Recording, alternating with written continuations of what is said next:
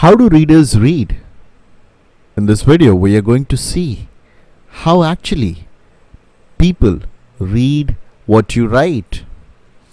Now, let's face it, once you're reading a letter or a brochure, you tend to quickly scan the material and pick up the main points from there.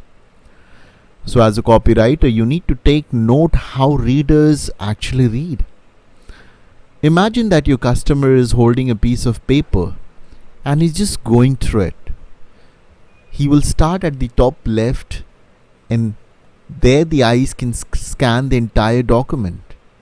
It will actually form a letter Z. He first go through the headings, then quickly goes down to the bottom of the article and reads what is the essence of the article. And this typically follows a Z shape.